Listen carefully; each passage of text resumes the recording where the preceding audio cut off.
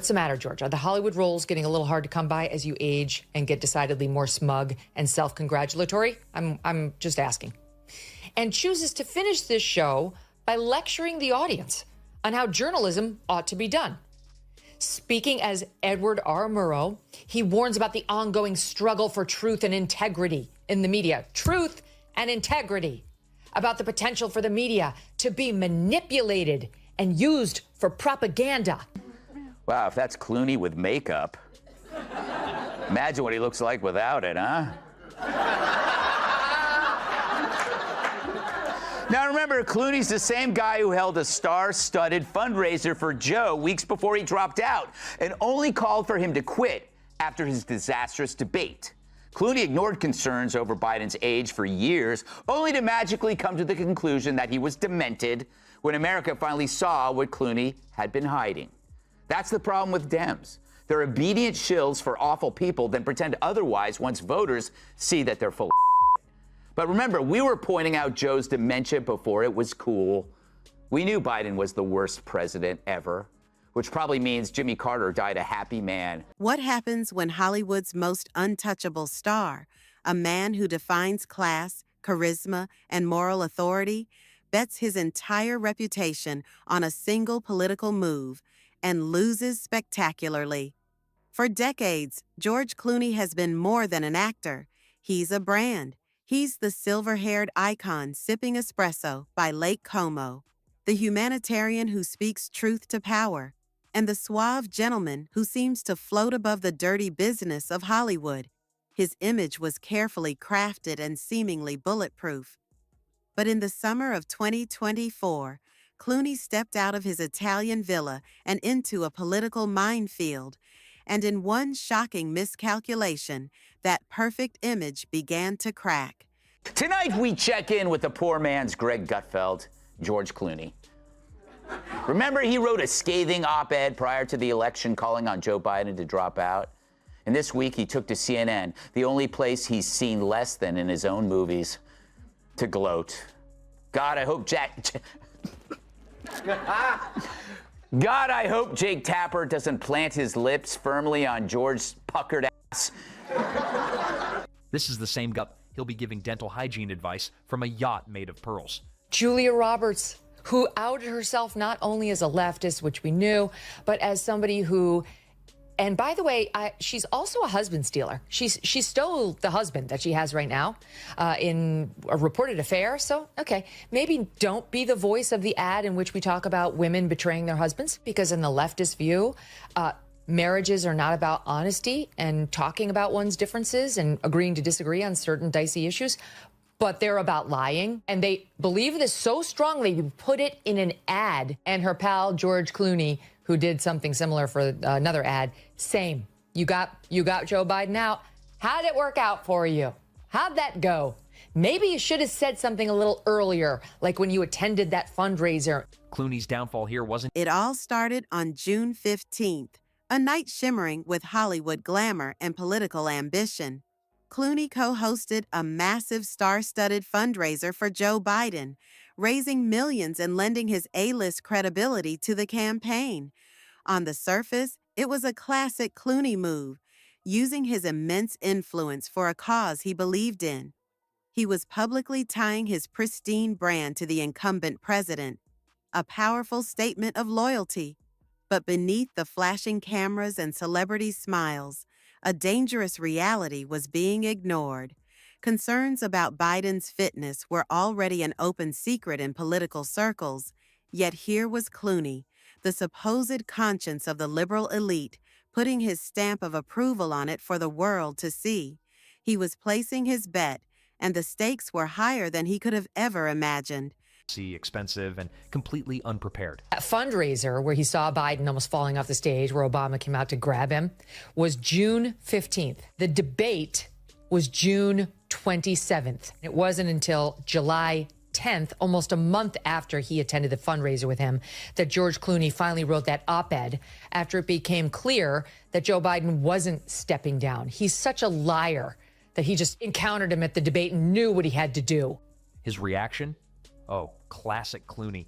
The most damning part of that night wasn't the money raised or the speeches given. It was what happened when the curated performance faltered. At the end of the event, former President Obama was seen physically taking Biden by the arm and guiding him off stage, a moment that screamed fragility and dependence.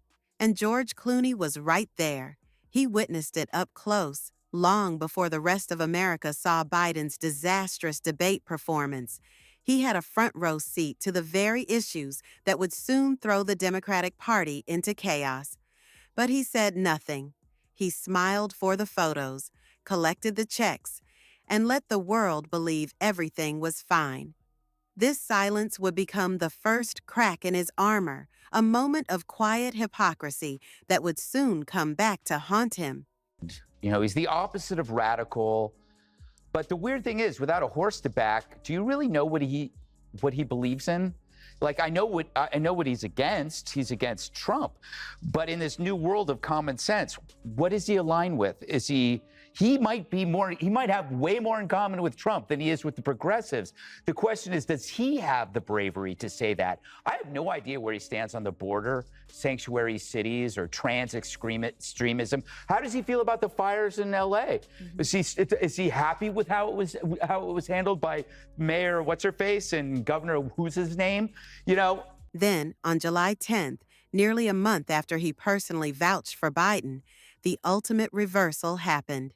In a scathing op-ed for the New York Times, George Clooney called on Joe Biden to drop out of the race. He wrote about duty, truth, and the need for a change. Suddenly, he was positioning himself as a brave truth teller, the man who had the courage to say what everyone else was thinking. But the timeline told a different story. He didn't speak out after witnessing the troubling signs at his own fundraiser. He waited until after the catastrophic debate, after the polls plummeted, and after public opinion had already turned. This wasn't an act of brave, lonely conviction. It was a calculated move, a desperate attempt to jump from a sinking ship he had helped launch, hoping to rebrand himself as a savior instead of an enabler.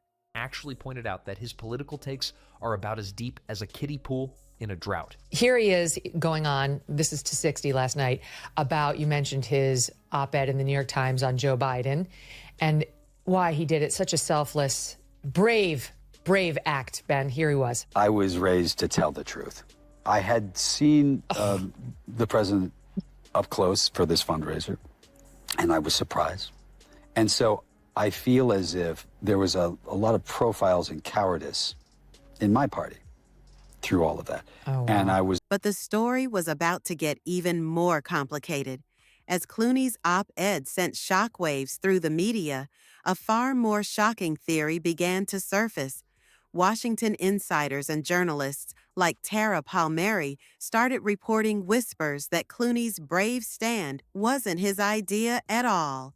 The rumor was explosive that former President Barack Obama had been the one to secretly orchestrate the move, using Clooney as his celebrity mouthpiece. Was Clooney's heartfelt plea for honesty actually a command performance? This theory reframed the entire event. He wasn't a political leader making a tough call. He was a high-profile puppet, a famous face chosen to deliver a message from the real power brokers. Suddenly, his righteous crusade looked less like a profile in Courage and more like a scene from a political thriller where he was just an actor playing a part. there's one person in particular I think is spectacular. There are a few who I think is levitating above that is Wes Moore. I like him a lot. I think he could be someone we could all join in behind. We have to find somebody rather soon. It's our job now to put together a proper team to stand up, because we're right now polling very poorly. I love this exhibit at Madame Tussauds. Clooney opined on the future of the party. I bet there's one person in particular he thinks is spectacular. Of that, levitating above, as opposed to sinking to the bottom, like his last movie. Whether he was a puppet or simply a panicked strategist, Clooney felt compelled to defend his new position. He embarked on a media tour, sitting down with anchors like Jake Tapper on CNN. He was in his element, delivering his lines with breathy sincerity and practiced earnestness. He spoke of being raised to tell the truth and lamented the profiles and cowardice within his own party. He was performing the role of the reluctant hero, the man forced by his own conscience to do the unthinkable. He clearly believed his polished delivery and celebrity gravitas would be enough to carry the day. He was confident, poised, and completely unprepared for the intellectual buzzsaw that was waiting for him. Tara Palmieri, who's got her own Substack and podcast now, she's been on the show, she got a copy and released a couple of the nuggets, and so did The Guardian. But hers was a really interesting nugget. And she's apparently in this book, they reveal that George Clooney saw Morning Joe one day, right after his op-ed, and Mika Brzezinski was suggesting that Barack Obama was behind the George Clooney op-ed. That was basically making Clooney seem like Obama's puppet. Yeah. Here's the Mika clip. I think, this Johnny come lately, I was raised to be honest, is a bunch of BS. All right. Obama told him to do it. He sees himself as this extremely important person. I think he's an arrogant, condescending, smug individual who thinks that, he should be able to tell people in America and the Democrat Party, certainly, what they should and shouldn't do. This president, Joe Biden, is one of the most disastrous presidents that we've had in. The backlash was swift and brutal. Clooney's carefully rehearsed talking points, which would normally charm a Hollywood audience, shattered against the hard-nosed reality of political commentary. On one side, he was called a hypocrite for his delayed reaction. On the other, he was intellectually dismantled by commentators like Megyn Kelly and Greg Gutfeld. They didn't care about his handsome sincerity or his dramatic pauses. They cut through the performance with sharp, logical attacks, pointing out his contradictions and the sheer arrogance of his position. Watching Clooney try to defend himself was like watching a luxury car get stuck in the mud.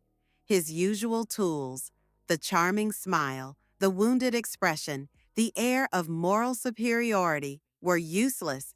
He had walked onto a battlefield, so she and George a polite discussion, get together and they start navel-gazing on stage about themselves, of course, and their vaunted profession, and how bad, how just terrible the media is, and had the following exchange. What we do in this is we talk about the responsibility of journalists to hold truth to power, right? That's our goal. Mm-hmm. And so if you're doing that, and we don't tell people what to think, when we show that montage at the end, for instance. Is trying to find a marquee name to front a dreadful remake of Heaven's Gate.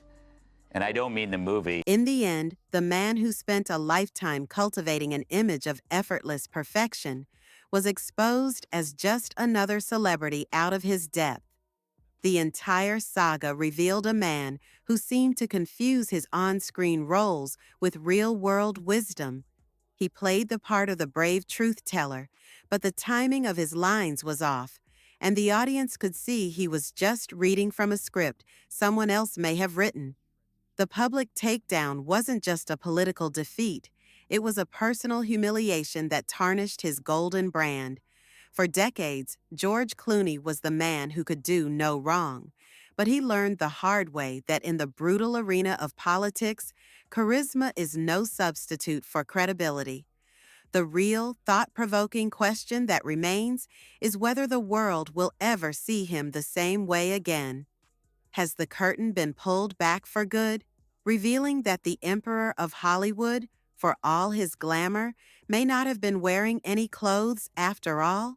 And good luck. Oh, sorry, never mind. My fault. He waited a long time, but he should have the guts to maybe say that his friends in Hollywood, like Jon Voight or Mel Gibson or Sylvester Stallone, who shared a risk, might have been right on a few things. He's starring in Glengarry Glen Ross, am I right? No, it's good.